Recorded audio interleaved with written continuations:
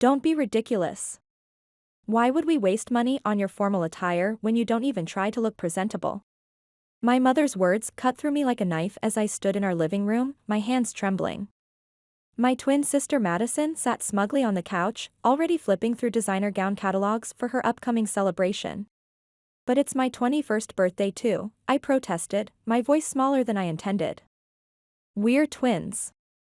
It's supposed to be for both of us. Olivia, my father said, not looking up from his newspaper, be reasonable.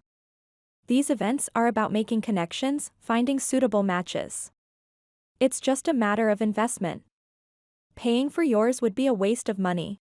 I fought back tears as my mother nodded. Madison is the pretty one, sweetheart.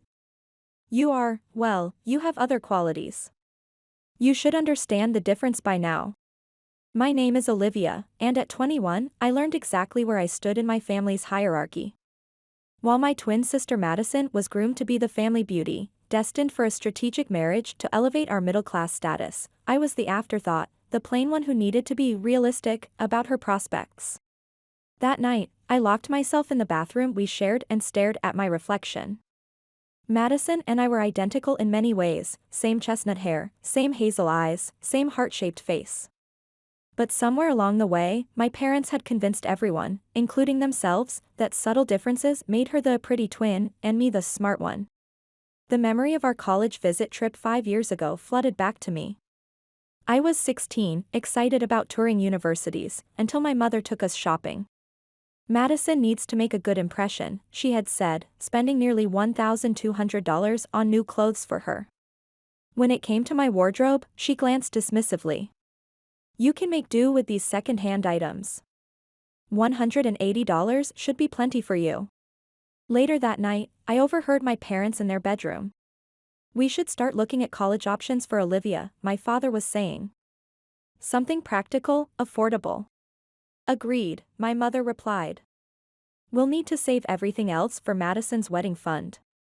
With the right introduction at her debut, who knows, she might not even need college. The disparity in how my parents treated us wasn't new, though it had become more pronounced as we approached adulthood. Madison received new clothes while I got hand-me-downs.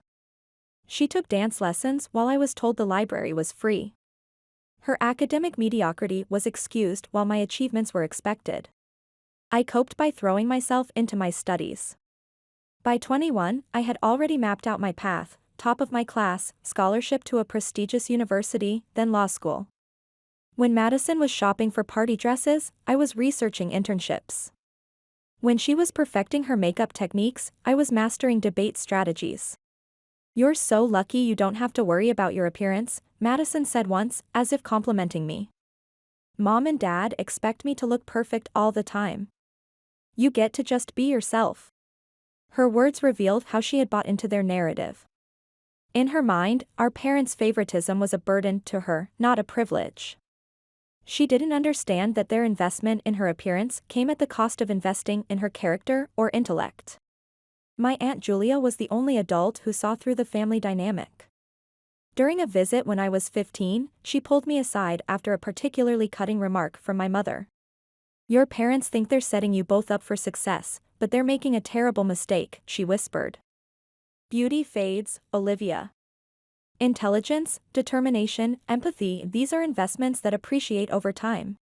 The night of Madison's debutante ball arrived in a flurry of tulle and perfume.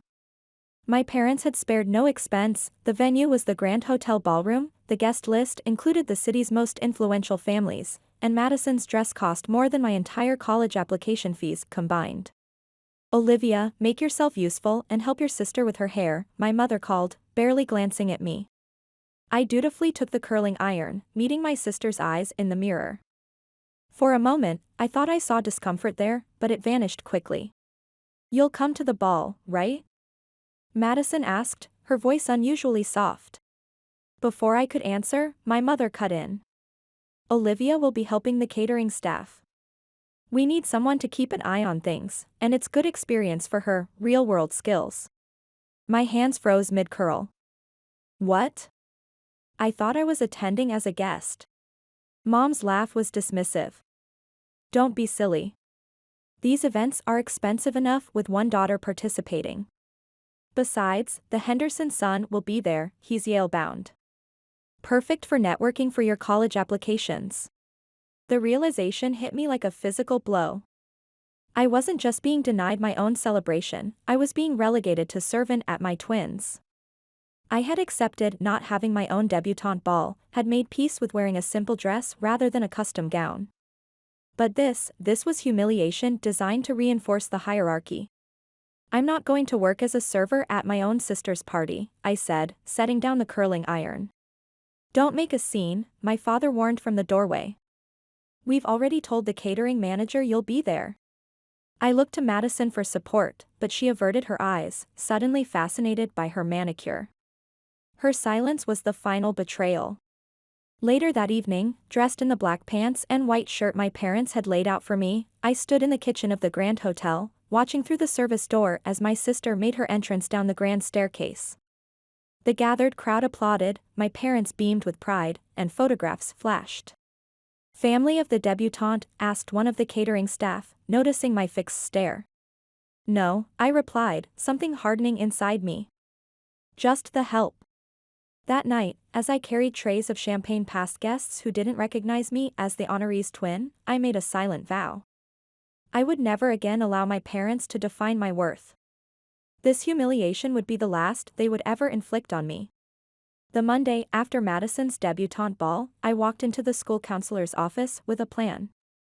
If my parents wouldn't invest in my future, I would create opportunities for myself. I'd like to graduate early, I told Mrs. Winters, sliding my research across her desk. I've calculated the credits I need, and with summer courses and extra classes, I can finish by December instead of May. To my relief, Mrs. Winters became my advocate. Within weeks, I was enrolled in additional courses and weekend programs. My days started at dawn and ended long after sunset, but each completed assignment felt like a step toward freedom. My parents, predictably, were less than supportive. This is unnecessary, my father argued when I explained my new schedule. You're pushing yourself too hard. No one expects you to compete. Compete with Madison's social success? I interrupted. I'm not competing with her. I'm securing my future. What future? You're 21, my mother scoffed. There's a nice state school that would be perfectly adequate for someone with your practical outlook. I'm applying to top-tier universities, I stated firmly. And I'm going to get in. With what money, my mother challenged. Those schools cost a fortune, and we've been clear about our financial priorities. I'll get scholarships, I said, refusing to back down. My early graduation plan faced another setback when I returned home one day to find my school acceptance letter package, carefully hidden in my underwear drawer, spread open on the kitchen table. My mother sat there, her lips pressed into a thin line. Harvard? Yale? Columbia, she read, her voice cold. These application fees alone could buy Madison's prom dress. You spent your savings on this fantasy? It's not a fantasy, I said, trying to keep my voice steady. I have the grades, the test scores, the extracurriculars. What you don't have is our permission, my father interrupted, entering the kitchen, or our financial support. This ends now, Olivia. I'd expected resistance, but not sabotage. As I gathered my dismantled future from the table, I realized I had underestimated their determination to keep me in my assigned place. What I had thought was mere favoritism was actually something more insidious. They weren't just building Madison up, they were actively holding me down. The day my acceptance letters arrived, I wasn't home to receive them. When I saw "Congratulations" on the Harvard portal, I nearly collapsed in the quiet study area. Full scholarship. I printed the acceptance letter and tucked it carefully into my backpack, along with similar letters from Yale and Columbia, all with substantial financial aid packages. The validation was overwhelming. After years of being told I wasn't worth the investment, I had proof that their assessment had been wrong all along. But experience had taught me caution. I called Aunt Julia from a payphone, my voice shaking. I got in. All three. Harvard with a full ride. Olivia. Her voice cracked with emotion. I knew you could do it. Have you told your parents? Not yet. I'm afraid they'll find a way to stop me. Come to my apartment tonight. Later, I sat at Aunt Julia's kitchen table, the acceptance letters spread before us. Her apartment was small but warm, filled with books and artwork, so different from the perfectly decorated but emotionally cold house I'd grown up in. After what happened at the debutante ball, she said, I prepared for this day. I've spent the last 2 years obtaining duplicates of all your essential documents. How did you? I'm still your legal guardian on paper.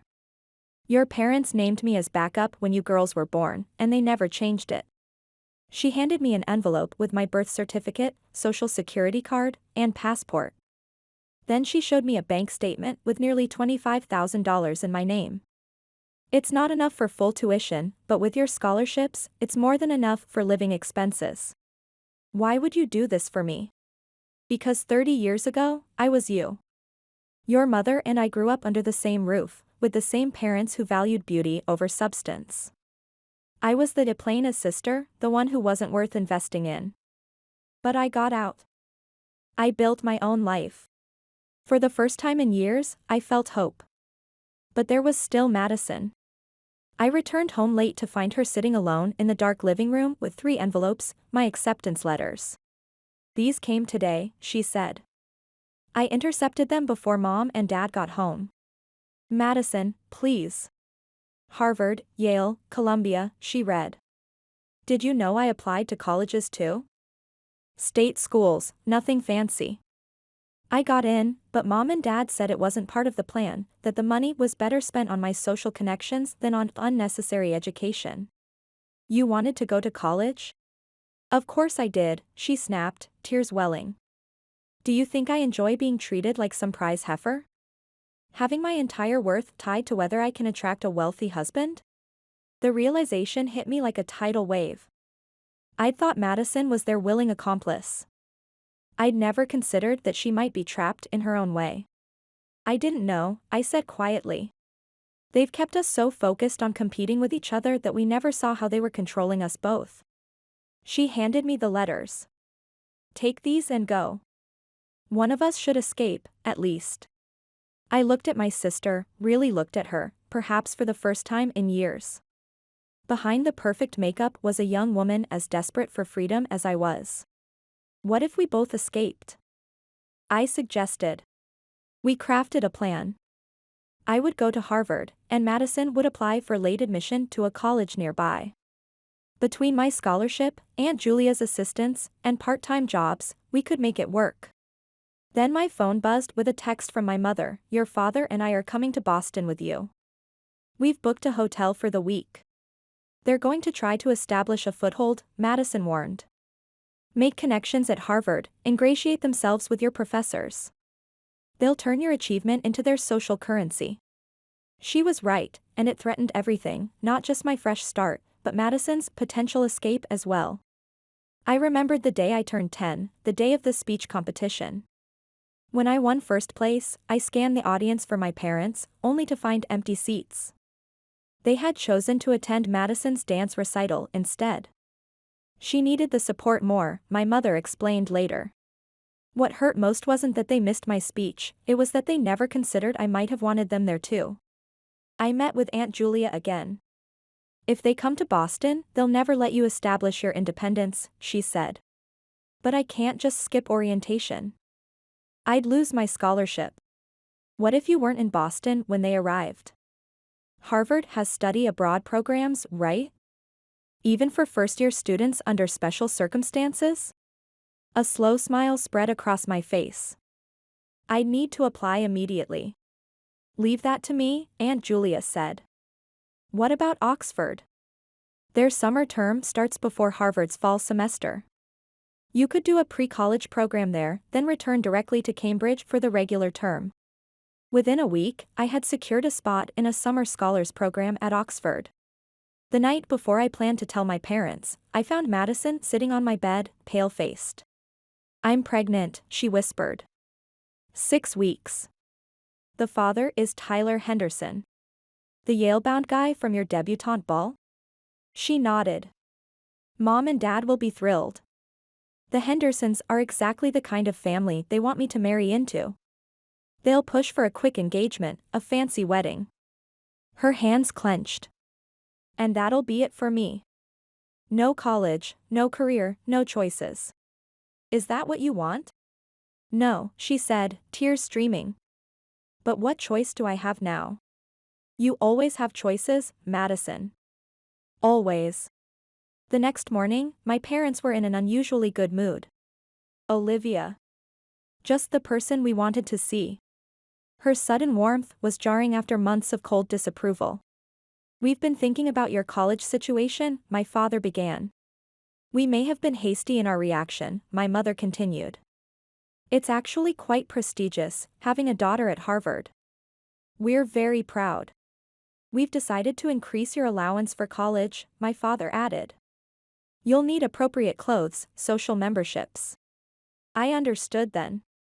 Harvard wasn't just a school to them, it was a social climbing opportunity. Their investment in me had suddenly appreciated in value. That's very generous, I said carefully. But actually, I've been accepted to a summer scholars program at Oxford. I'll be leaving next week and going directly to Harvard from there. Their faces froze in confusion. But we've already made plans, my father protested. We've booked hotel rooms in Boston, arranged meetings. I didn't ask you to do any of that. We're your parents. We should be involved in these decisions. Like you were involved in Madison's decision to apply to college? I asked. My parents exchanged glances. That was different, my father said dismissively. Madison has other priorities. Does she? Or have you decided her priorities for her, just like you've always tried to decide mine? The false warmth evaporated instantly. You've become very disrespectful lately, my mother said coldly.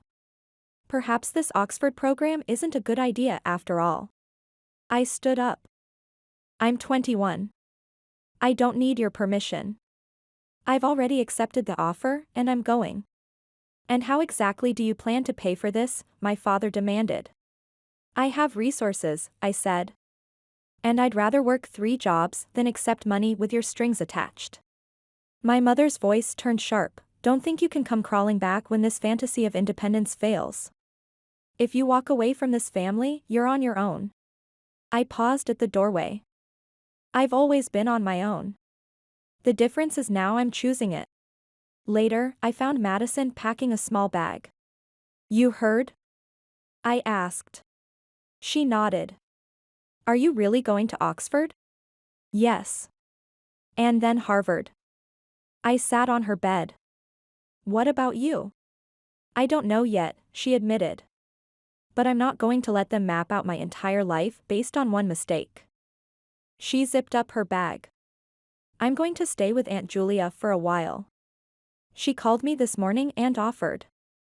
Said it was time for both girls to start making their own choices. I hugged her then, perhaps the first genuine embrace we'd shared in years. We'll figure it out together. 2 weeks later, I boarded a plane to England, my future simultaneously uncertain and more full of possibility than ever before. As the aircraft lifted off, I looked down at the shrinking landscape, feeling the distance growing between me and the life that had been planned for me. In my journal that night, I wrote, my parents thought beauty was the only investment worth making in a daughter. They never understood that the most valuable asset is the ability to define your own worth. 10 years passed. I graduated from Harvard with honors, completed law school, and became the youngest partner at Blackwell and Associates, one of the city's most prestigious law firms. Madison's path had been rockier.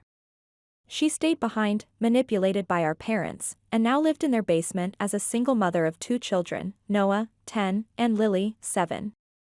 I knew things at home had deteriorated. Our father had taken early retirement due to health issues, and their finances were precarious.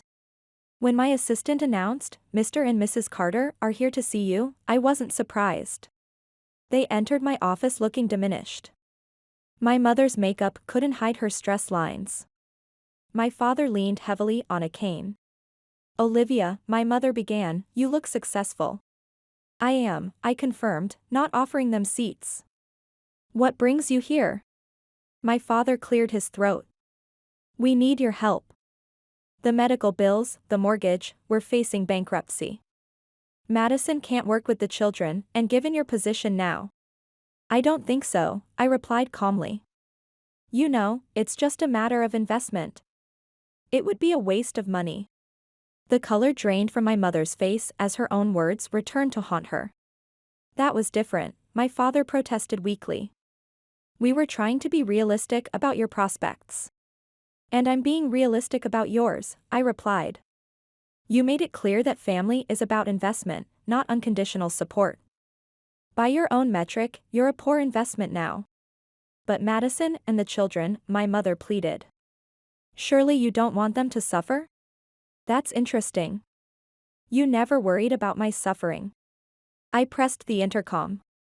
Patricia, bring in the documents. My assistant entered with a folder, which I opened deliberately. I won't be giving you money directly, I announced. Instead, I've established educational trust funds for Noah and Lily. I've also arranged for Madison to receive vocational training. The children will have security, and Madison will have opportunity, the one thing you never gave either of us. My mother's hand shook. We could lose the house within months. I'm aware, I said coolly. In fact, I now own your mortgage. I've been paying it for the last 8 months. I've also purchased the second mortgage you took out for Dad's surgery. My father's face paled. What? I'm saying that I own your mortgage now. And I've realized that the house itself is part of the problem. It's where you've been controlling our lives. I pulled another document from the folder. This is a lease agreement for a 2-bedroom apartment near a community college where Madison has been accepted this fall. You expect us to abandon our home? My father asked incredulously. Your home, I corrected, not mine. The alternative is eviction. My mother began to cry. You're punishing us. This isn't punishment. It's consequences. It's what happens when you treat your daughters as investments rather than as people. What about Madison? Does she know about this? She's in agreement. The apartment has 3 bedrooms, one for her and the children, one for you, and one that will remain empty. A reminder of the space she needs to rebuild her life. I glanced at my watch. The lease begins next week. Movers will arrive Monday morning. And if we refuse? My father asked. Then I proceed with the eviction. Madison and the children will still have a place to live. But you'll be on your own. I met his gaze directly. Just as I was. They left my office visibly shaken. That evening, I called Madison. They came to see you, didn't they? She asked. Yes. I've made arrangements for you and the children. Real opportunities, not empty promises. Thank you for not forgetting about us. Never, I promised. We were both their daughters, even if they couldn't see our equal worth. 2 weeks later, I visited the new apartment. Noah and Lily ran to greet me, excited about the books I'd brought. Our parents had made the move, having no choice. The smaller space forced new patterns of interaction. While the children played and our parents took their afternoon walk, Madison made coffee. It's strange, she said. For the first time, I feel like I have choices. Real ones, not just options they've pre-selected. How are they handling it? I asked. Poorly, she admitted with a small smile. But something's changing. Last night, Dad asked what I wanted to study. He's never asked me that before. And what did you tell him? That I want to study childhood development. That I want to help kids who've been made to feel they're only valued for one aspect of themselves. Her eyes met mine. Kids like us. As I prepared to leave, our parents returned. My mother looked me over and said, that suit doesn't do anything for your figure, Olivia. You should wear softer colors. Before I could respond, Madison stepped between us. Mom, stop. Olivia looks successful and powerful, which is exactly what she is. Your opinion on her appearance isn't needed. Our mother blinked in surprise, and used to being challenged by Madison. I'm just trying to help, she said defensively. A woman should always try to look her best. No, Madison said firmly. A woman should be valued for who she is, not how she looks. That's the lesson we should have been taught growing up, and it's the one I'm teaching Lily now. As I drove away, I reflected on the changes I'd set in motion. They weren't just about money or housing. They were about dismantling the harmful patterns in our family. My parents had lost their power over us, the power to define our worth, to determine our futures, to pit us against each other. I hadn't given them what they wanted, but perhaps I'd given them something they needed, a chance to see their daughters as people, not projects or investments. And in doing so, I had freed not just myself, but Madison too. Together, we were breaking the cycle that had trapped women in our family for generations. It wasn't revenge. It was justice. It was liberation. 1 month after my parents' relocation, I made the decision that would permanently sever our ties. I sold their house to a developer who would convert it into affordable housing units. The grand home that had been the stage for their social pretensions would become modest apartments for working-class families. When my father called in outrage, I was unmoved. "You can't do this. That's our home." "Actually, I can. I own the mortgage now, and you defaulted. The sale is final." My voice remained cold. "Your belongings are in storage. You have 2 weeks to collect what will fit in your apartment. The rest will be auctioned for Noah and Lily's education fund." My mother arrived at my office the next day, her designer clothes now worn, her makeup failing to hide the lines of stress. "How could you do this to us? After everything we did for you?" "That's precisely why," I replied. "This isn't revenge, Mother. It's justice. You treated your daughters as commodities with different market values rather than children to be nurtured equally. We gave you both what you needed," she protested. "No. You gave us what fitted your narrative. Madison was the pretty one, so you invested in her beauty. I was the smarter one, so you expected achievement without support." I stood up. "The family dynamic you created was toxic, and I'm ending it." As she turned to leave, she paused. "Will we ever see you again?" "No," I said simply. "Our relationship is terminated, effective immediately. I'll ensure you have the basics, housing, utilities, medical care, but nothing more. Any communication will go through my assistant." I instructed my assistant to block their numbers from my personal phone. I arranged for automatic payments for their essential needs but removed myself completely from their lives. As they disappeared in my rearview mirror, I felt not triumph but liberation. The weight of their expectations, their manipulation, their narrow definitions of worth, all of it lifted, leaving room for the life I would build on my own terms. Golden sunlight streamed across my backyard, illuminating the joyful scene of our Sunday family gathering. My husband Daniel flipped burgers on the grill while chatting with Madison's teenage son Noah about his latest science project. "Mom. And Madison taught me how to braid hair." My daughter Julia bounded over, her 7-year-old enthusiasm infectious.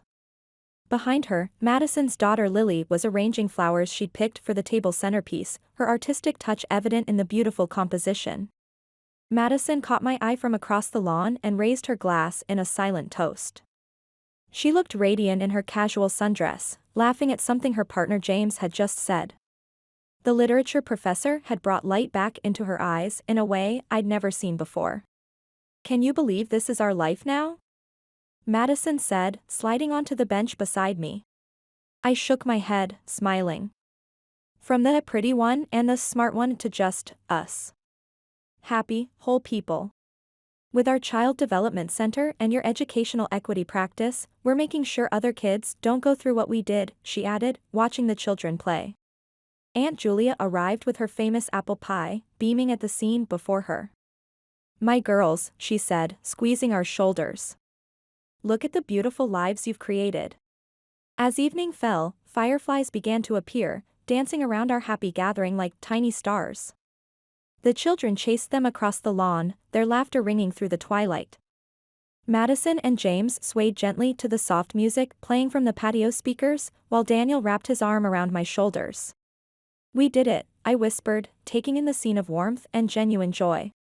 Looking at our blended family, connected not by obligation but by choice and love, I knew we had found a wealth that couldn't be measured in appearances or achievements. We had discovered the priceless fortune of authenticity, purpose, and belonging. And in that, Madison and I had truly become wealthy beyond measure.